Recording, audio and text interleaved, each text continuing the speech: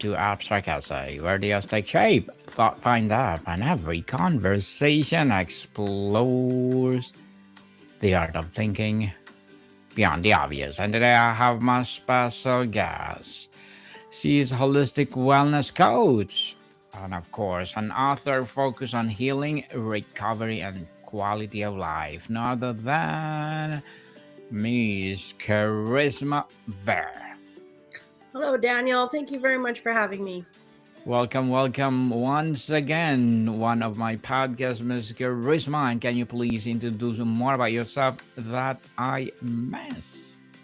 Sure, I'm calling myself an author, a coach, and a creator, and I am the owner of Towards Wellness Coaching. And my creative division is called Creative Verse, and I write in different things, but it's all pretty much compassion based. My coaching is trauma informed and compassion based, and I thrive in helping people improve the relationship they have with themselves and in meeting people where they are at. Yes, and thank you so much for sharing your knowledge and wisdom to the world, Miss Charisma. Thank you, thank you, thank you. So let's talk about ways I showed up for myself. The phrase self gratitude is a powerful twist on a common idea. How do you define and how it's fundamentally different from general care of positive affirmations? Okay, well, gratitude is a term that's been getting bandied about, and gratitude is important. It's really important to be grateful for the roof over our heads, or our friends, or our food, or pretty much every that's important. But that's out there. What doesn't get spoken about a lot is being grateful to ourselves. And I think we're not in a culture where we have ever been encouraged to stop and really appreciate everything that we do for ourselves and maybe even other people, but particularly for ourselves. So self gratitude is not a commonly practiced thing that I'm aware of, but it can be, as far as for people that don't have a very attuned relationship to themselves, or who have been often very hard on themselves, or don't give themselves credit very much, or don't even stop to recognize all the different things that they do in their lives because they're focused on the ways that they fall short. Self gratitude is an amazing way to rewire the brain and start to see ourselves in a different, loving, more acknowledging kind of light. Miss Charisma, the book's origin, what is a personal catalyst or breaking point that led you to create this specific 60 days practice? What are the moment where you realized showing up yourself was negotiable? Well, I included this in the light switch myth, contemporary approaches to creating lasting change, because I think it was about 6 years ago or 7 years ago, I had a counselor recommend that I start doing this before bedtime, and Hmm. I did, and I was recovering from a breakdown, really, and had returned to a very low self worth, very much blaming, very much critical, very much hard on myself, and was very much stuck in this big dark cloud of negativity towards myself. And by practicing this every night and just taking the time at the end of the day, I was quite surprised. I was like, oh, wow. Okay, well, yeah. I had just been looking at everything that I hadn't been doing. I was stuck in addiction at the time, too. So I couldn't see beyond that, because if I had used that day, then it was utter failure.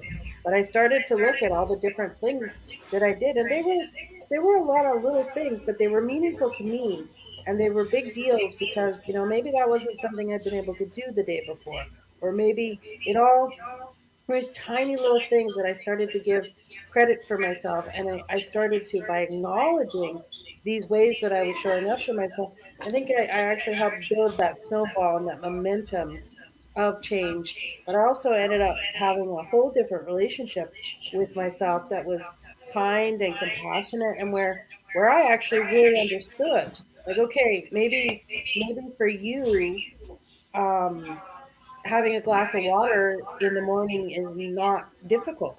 But if it was for me and I was able to give myself credit for that, then I start to understand and get to know myself a lot better. And just even we many of us can go about seeking validation and acknowledgement, and attention from other people because we've never learned to give it to ourselves, and we're lacking it, and those are human needs. So it also feeds into us starting to be able to provide ourselves with some of the very basic, love and attention that we need. And then that actually allows us to show up in our other relationships better, where it's wonderful when people acknowledge what we're doing, but we're no longer so disappointed. You know, like if I tell you, I had a glass of water this morning, and you go, yeah, so what? If I've acknowledged it to myself, your words no longer carry any kind of sting. I can just be more like, well, obviously Daniel doesn't get it, right? Mm-hmm. But without giving it to myself, then it's a wound, right? Because I wanted it to be acknowledged because it was difficult to me.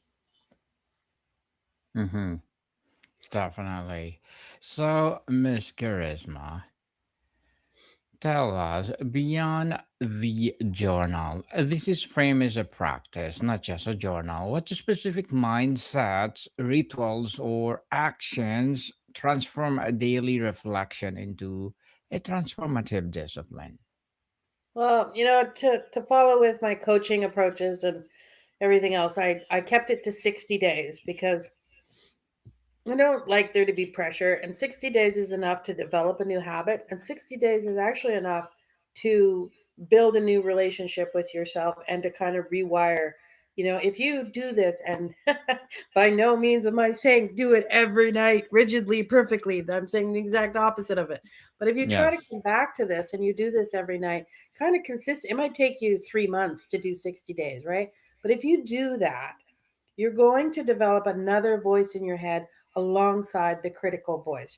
You're going to develop a much kinder, compassionate, more aware, more attuned kind of voice, so that it might actually, you might not actually even have to work at it when you go to bed, for there to you to be lying there, and instead of thinking about the things you did wrong, but you could be lying there going, oh wow, yeah, like, that was really amazing that I said no to that person today. Or wow, that was really amazing that I let myself have a nap. Or that was really amazing that I got on the scale and I was like, ah, that's okay. I know you're trying.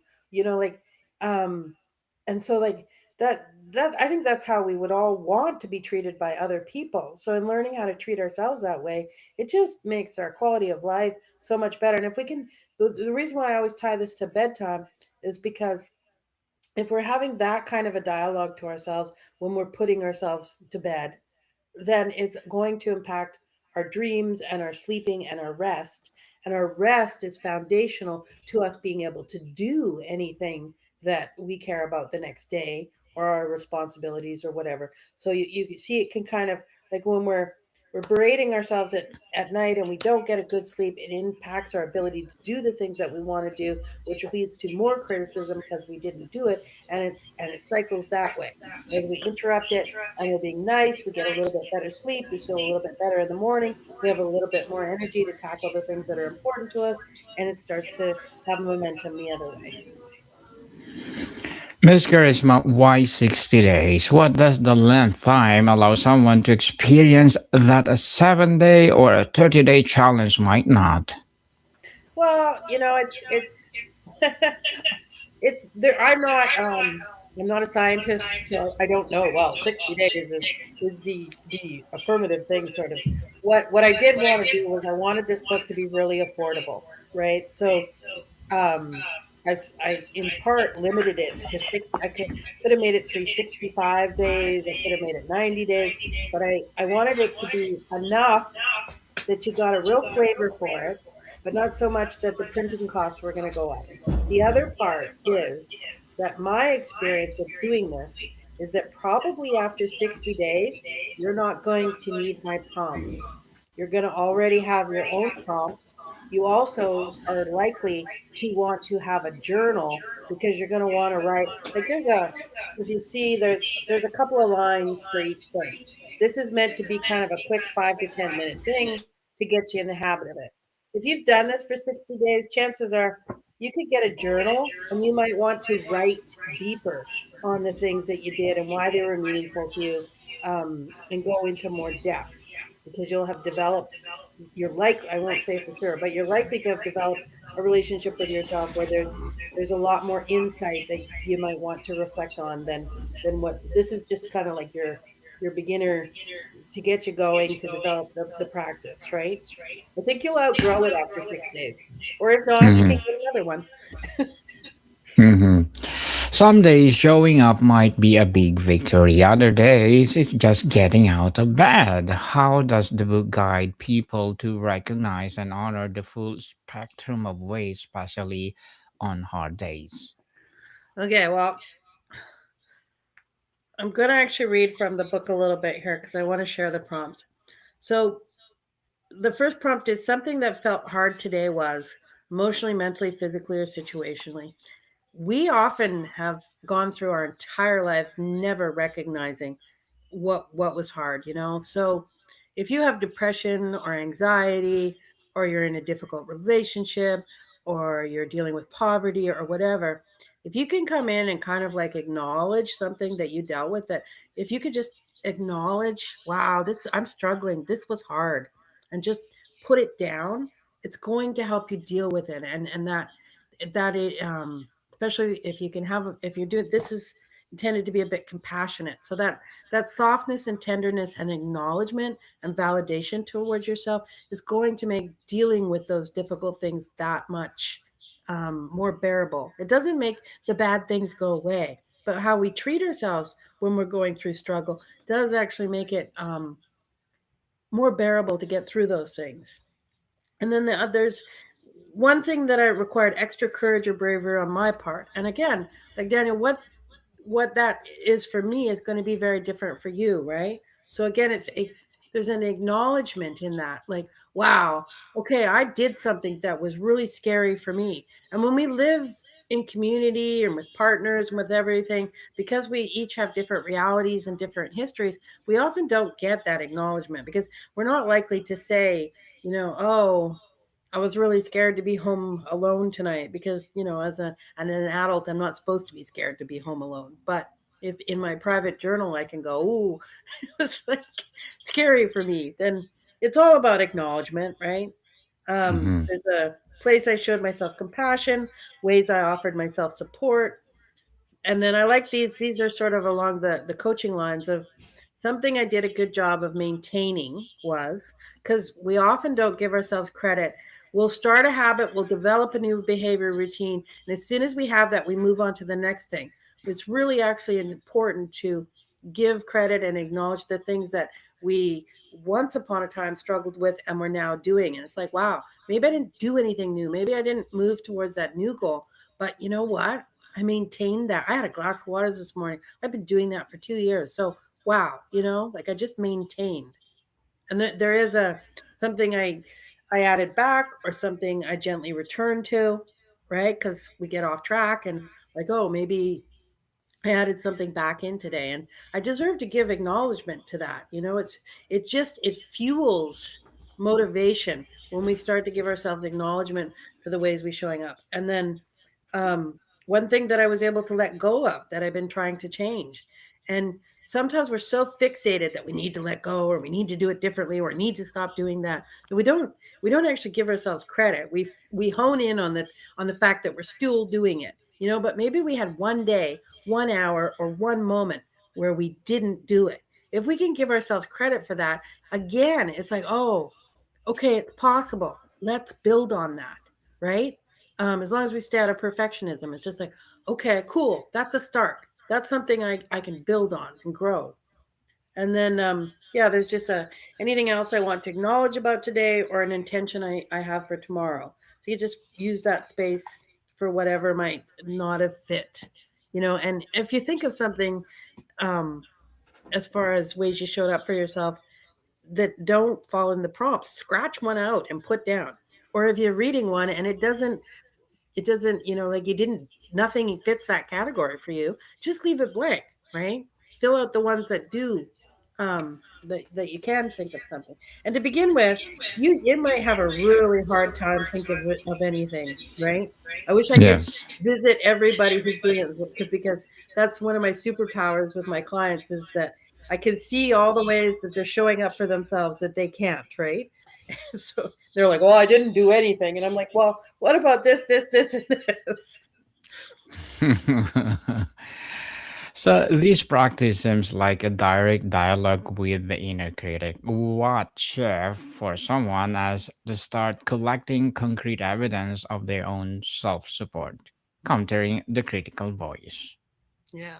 Let's talk about that critical voice for a second, okay? Because by Yes. and large, society says we're supposed to somehow get rid of it, okay? Mm, And yes. that is a strategy that is never going to work. It is a part of us, and it's there for a reason. So I do internally family systems work, IFS, and the approach there is to actually embrace all of our parts. So how I deal with my critic is when it shows up, I don't shame it. I don't try to push it down. I don't necessarily even try to shut it up. What I actually do is I acknowledge it and I validate it. But I go, okay, I hear you. You're looking out for me. You want the best for me. You're worried. You're concerned here, right? And you're trying to do things the way that we've often done them. But I'm trying to do things in different ways. I hear you. Thank you for trying to help me. And let's try it this way.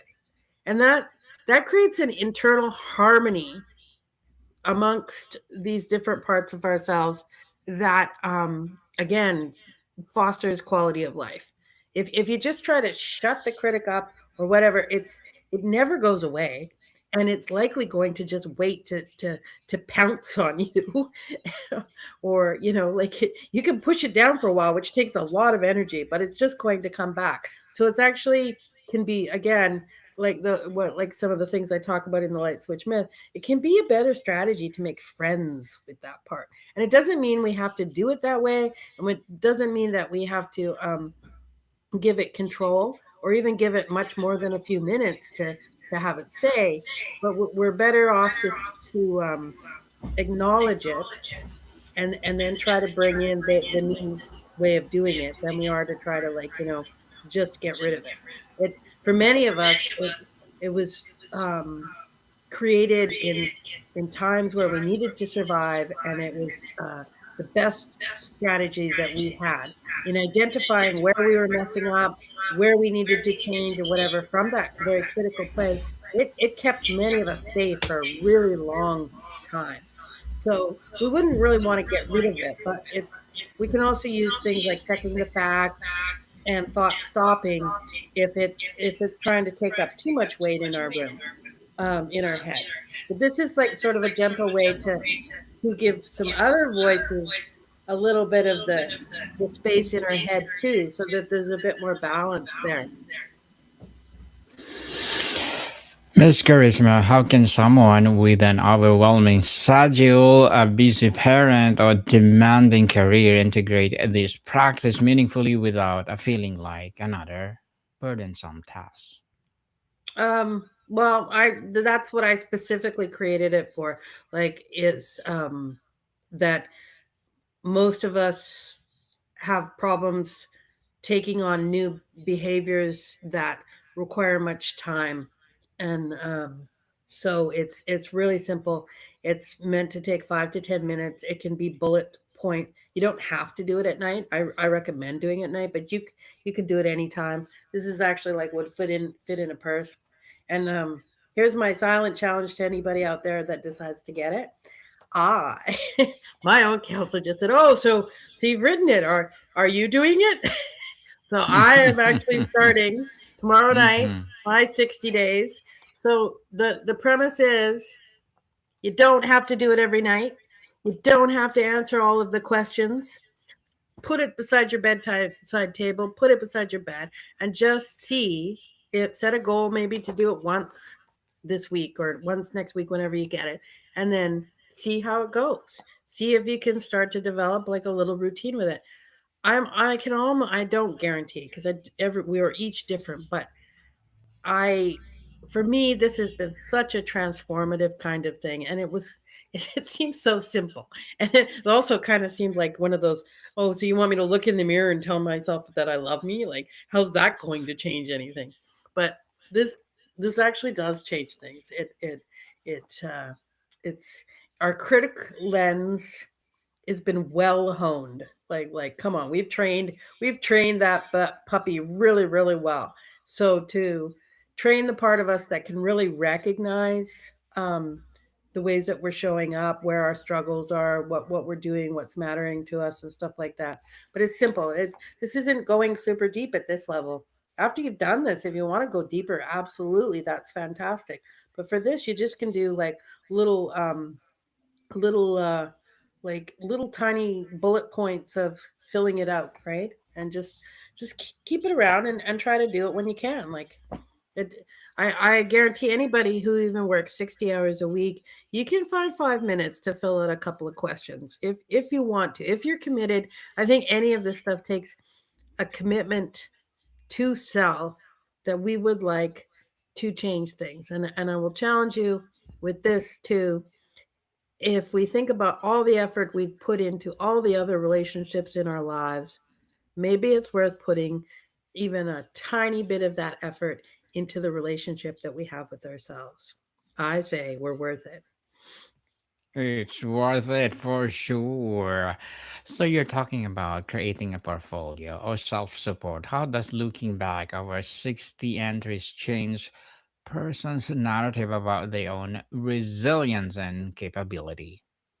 Well, again, I don't have a PhD or whatever, but everything I know about neurobiology and stuff like that, by this practice we're actually rewiring our brain. So the neurons that are so programmed to fire with that critical, with that lens to danger, with that lens of like, oh, what's wrong, what am I missing, where did I mess up, that's been firing maybe for some of us our whole lives. By doing this and just starting to bring in the other voice, starting to bring in, we're actually rewiring our brain so that there are more neurons and stuff firing that are actually asking, what did I do right? Where do I want to acknowledge myself? And it might be surprising, like it would be uncomfortable a little bit to begin with, probably.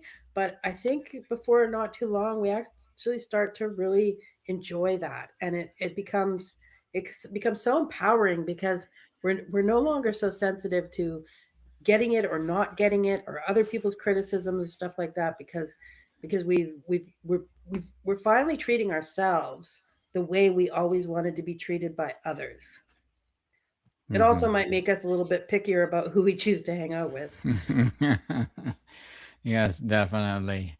And at its heart, does the book give people permission to do something? If so, what is that overaching permission? um say, like, I can't speak for other people, but certainly in my life, I don't think I ever had permission to really be honest about the things that were important to me, about the things that I struggled with, about the things that were meaningful to me. So it's a little private space where nobody's gonna see that you just gave yourself a big pat on the back because you remembered to brush your teeth, or um like it's so individual. I don't want to name examples for other people, although there are some examples in the back of the book to help people get going. um but it's just it's something we all deserve, and we'll do that for a friend or a partner or a child or whatever. It's just like we'll make a big deal out of the little things that they did if we know it was a difficult thing for them. Well, here's the chance to actually make a big deal out of the things that we're doing for ourselves, because because we deserve that, and it starts to heal things within us and allows us to start showing up in the world a lot differently. Definitely. So, Miss Charisma, before we wrap up our discussion for today, I'm inviting you to please do listen to my other podcast, people, because my abstract essay is already in fifth season. Abstract poetry in its third season, and my book 101 review in sixth season as well. Comedy 101 in its third season, and my food 101 in its sixth season as well. Geography 101, love letters, movie 101 review, music 101, our fourth season, science 101, sex 101 in its second season, and of course, my baby podcast, Trivia 101, Law 101, and Mental Health 101, Motivation 101, Entrepreneurship 101, and Bible Verses 101. Please listen to them wherever you listen your podcast. So, final invitation, Miss Charisma, tell us, if you could have the reader take away just one fundamental or foundational belief from ways I showed up myself, what would you want that core belief to be? Um, I think you hit your head on the nail of it, is the head on the nail with it. Um, I've created this because we all get overwhelmed and intimidated by the concept of trying to create change, personal change, all this stuff. It seems overwhelming. It seems too hard. We end up like not even trying because we don't even think that we have time or we're able to. So here's this. It's just a very simple step that you can take that has a lot of bang for its buck. Like 5 to 10 minutes a night, and you're going. I think you'll see some pretty significant um, changes as a result of, and whatever it is that you are working towards, kind of trying to change. I have learned.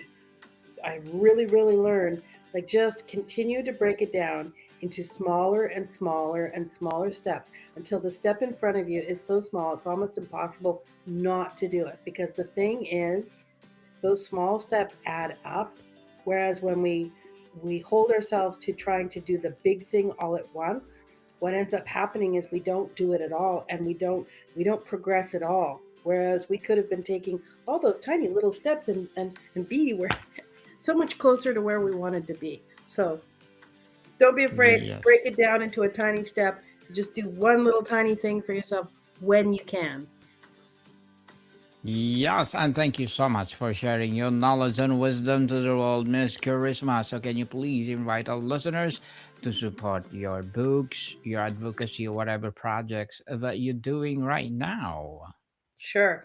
For readers that are listeners that are seeing this soon, so this is the companion book to the Light Switch Myth. Okay, so what I realized, very kin to our conversation, is a lot of people want to read this. They're trying to read this, and their lives are busy, and it's difficult. And without the support to actually kind of like look at some of this stuff, it's a little bit difficult. So I've put this together in a 7 week course. It's a 6 week course with a bonus optional module. It's going to start January 27th. It's going to be $55 and include the journal in that price. And I'm going to be coaching it, so you're going to get some premium coaching at that price. And we're going to do it Thursday. We get about 5:30 Pacific Standard Time for 6 weeks. And if you want to come to the bonus class, cool. It'll be one-on-one coaching. Really supportive environment, and it's built to have some cognitive understanding, but I really want you to come away with a lot of really practical strategies to apply to the places in your life that you're struggling to create the kind of changes that you want. So that's built into it to make sure that people are walking away with something that they can apply to their own lives. Yes, people, things that you can apply. That'd be awesome, Miss Charisma.